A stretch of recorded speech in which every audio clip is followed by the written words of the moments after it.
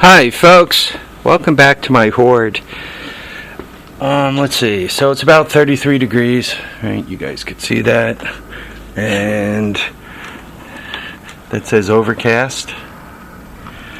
This says Friday, 0.2 degrees centigrade. It is the 16th. Welcome to Friday. Welcome to about almost 4 o'clock. We're starting to get a little daylight here, right? For 3:45. And my battery, given the overcast conditions, is not all charged up. The old Energizer is still in a charged state, not fully charged. So what are we up to today? I always like to come up here and give the place a quick look over to make sure that nothing interesting is going on. One nice thing about having a tight horde like this, if somebody steals something, I'll see the hole very quickly. And speaking of the horde, it looks like I got another deal cooking for tomorrow. I got a road trip. It's up to a little past Albany, right there on the Hudson. Gonna go see my buddies Richard and Stoney. They got a 185 that they want to unload, and the price is reasonable, so I'm gonna take a run up there and pick it up. I had this thing out today, gave it a cold start. I took it to the local Hannaford's just to keep her running. Generally speaking, I try to keep my cars, or not my cars, my trucks off the road in the winter. I don't like them to get all salted up. It seems that trucks with the square build, or the pockets underneath and all, right, they seem to hold more sand and salt than most cars. So they always seem to rot out. So anyway, let's see how this thing is doing. I think the last time this went out was when it went to Reading, which was a couple of days after Christmas. As a matter of fact, I think this week it'll be, 3 weeks, right? Saturday will be the 17th. It probably went the 20-something of, went on the Saturday, I don't know, what is that, the 27th of December. So, yeah, this thing hasn't been out, hasn't been started. He's going to be at the show. Thanks to Crunch Fit. Let's see how she does. You gotta love that. You gotta love that. This truck, just quickly, some of you have been watching my channel forever, at which time you're bored with this truck, but for those of the rest of you who, haven't watched my channel forever, this truck has 41,584 miles on it. I bought it new in,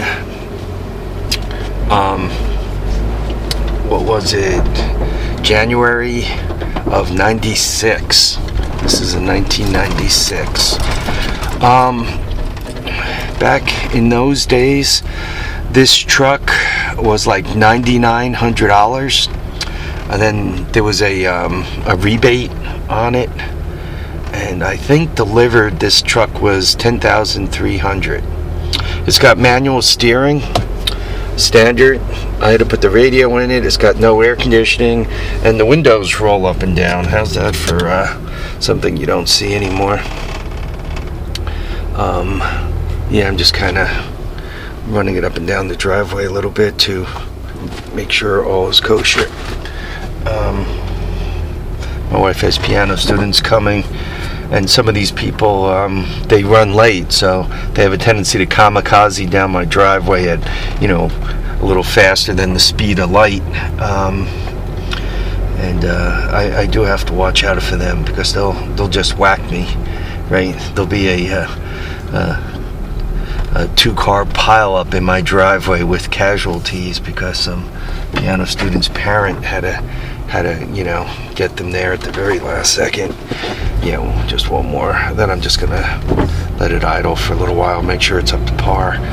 Anyway, tonight is supposed to get like freaking cold, like a little below 0 Fahrenheit. For those folks up in Canada, you're probably calling me a pansy, you know, ghetto hillbilly, where I think the warmest has been for him in the last 100 years. Well, actually, he's on the water by Peggy's Cove, I think.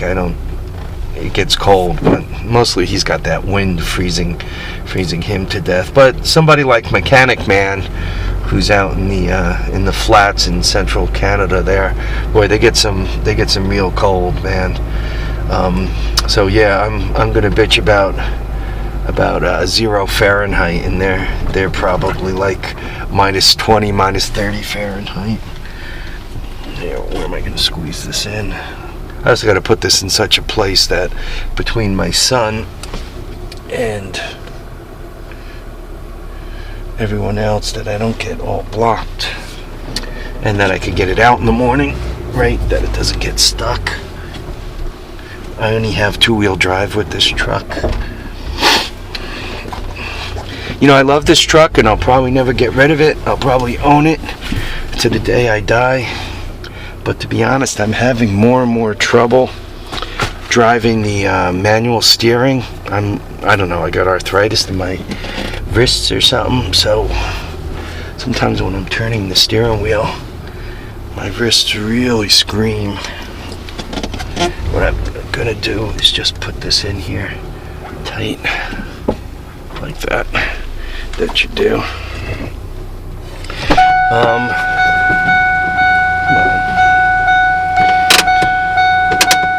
I normally don't like to set the emergency brakes in the winter because sometimes they do nasty things like freeze engaged, and that's not a good thing.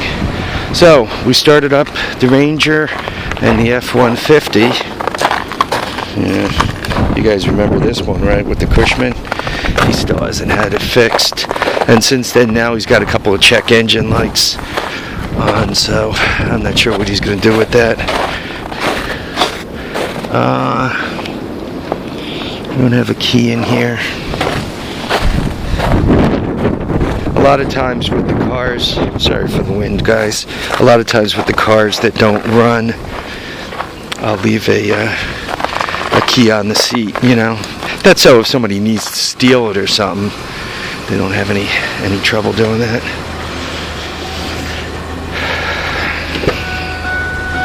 Anyway, let's bag the keys out of this one. She really hasn't run long enough, but we'll call it good.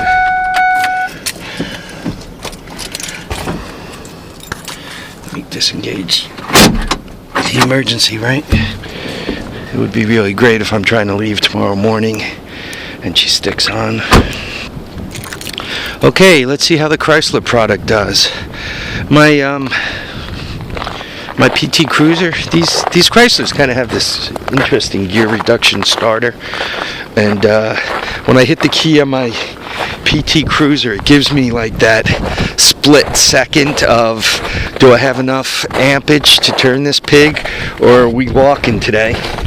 But then normally after a second of hesitation, she fires up. Though I have to admit, oh, there was a key in this thing. I gotta tell you, sometimes Harvey's a moron. Okay, here we are. Let's see how this one does.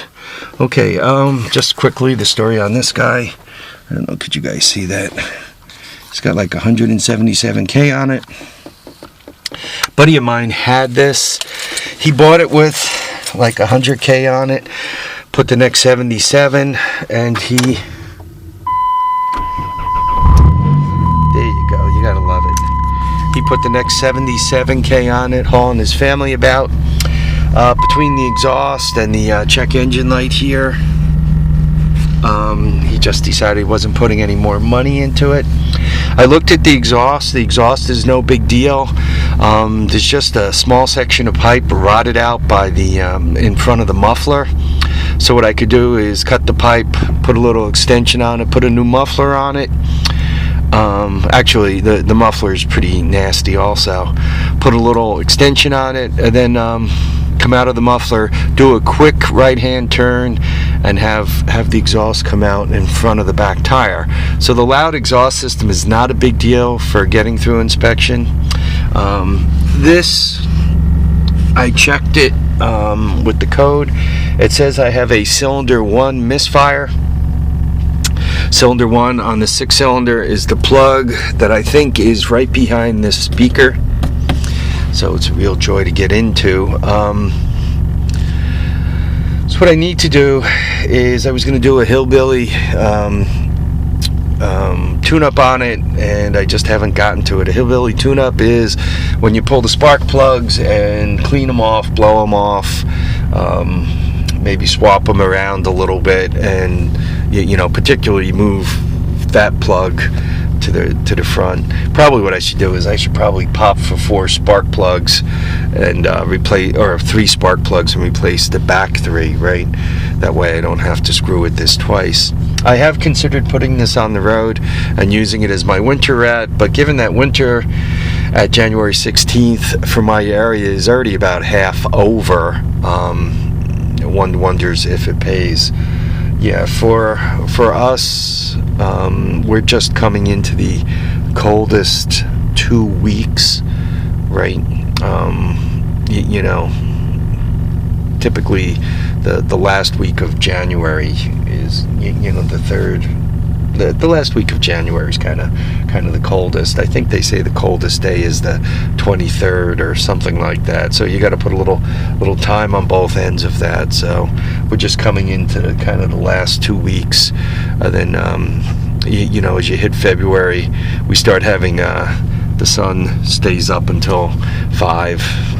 You know, 5 after 5, and you start getting some of those 40-degree days, and life's a lot easier. Yeah, this guy, God, I haven't started this since before Christmas. You guys know what it is. It's my mobile shed, basically. I bought it. He was going to get $200 in scrap for it, so I gave him the $200. Came with a, you know, fancy stereo. The air conditioner works. Everything actually works on it. The only thing wrong with it, the only thing keeping it from being on the road tomorrow, I'd even run it with the noisy exhaust system. I could probably squeeze it through inspection with that. But what would the check engine lights here in New York? They'll never pass inspection with that. For people with, you know, unlimited funding, what they would do with this rig is they'd say, well, I paid $200 for it, I'll bring it someplace, get screwed for another $500 worth of tune-up, and for $700 I have a car. Probably not a bad idea, but I'm like a moron, and you know, I'm not paying somebody $500 to do 6 spark plugs and to change the air filter, right? I'm not paying somebody, you know, more than $50 a spark plug plus another $50 for the air cleaner, you know. But if you really stop and think about it for a moment, if I put $500 into this rig and did the spark plugs and did the muffler, I wouldn't be running the PT Cruiser through the winter, right? I can have this rig and run it through the winter. As a matter of fact, rather than take the Ranger through the sand and snow and all that up past Albany tomorrow, I could actually empty this thing, pop the seats, and go up there with this thing empty and put the 3-wheeler right in the back of this thing. But as I say, I'm somewhat of a moron. Alright, this is like 14 minutes long. My temperature gauge isn't quite moving yet, so what I'm going to do is I'm going to let this warm up, make sure the battery charges itself. I'd rather, if I take out the battery, then I got to go over to Molt's junkyard and give him, he's up to $30 for batteries now, used batteries. So I'd have to go give him $30 to put a battery in this thing, and you know, that's not moving me in the right direction financially. Anyway, so road trip tomorrow. You guys will get a video of what I brought home. Supposed to be cold as could be, so you know what, a road trip isn't a bad idea.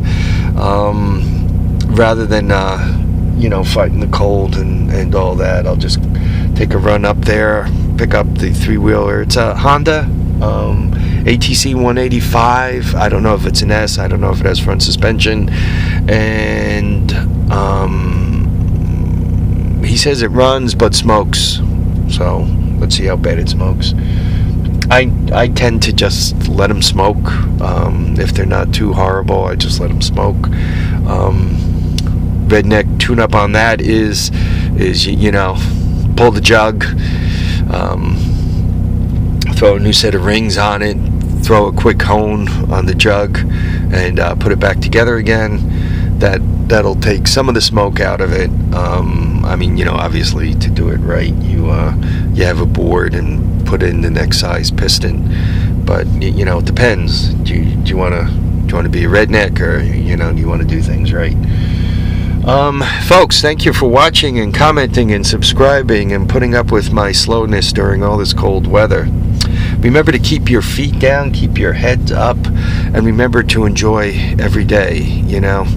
And for those of you who have chronic conditions and need to take medicine, don't be like my buddy Gary, you know. Stay on whatever's on you and take care of yourself, you know. Life is hard enough without, you know, making it worse for yourself by not taking your medicine and not taking care of yourself.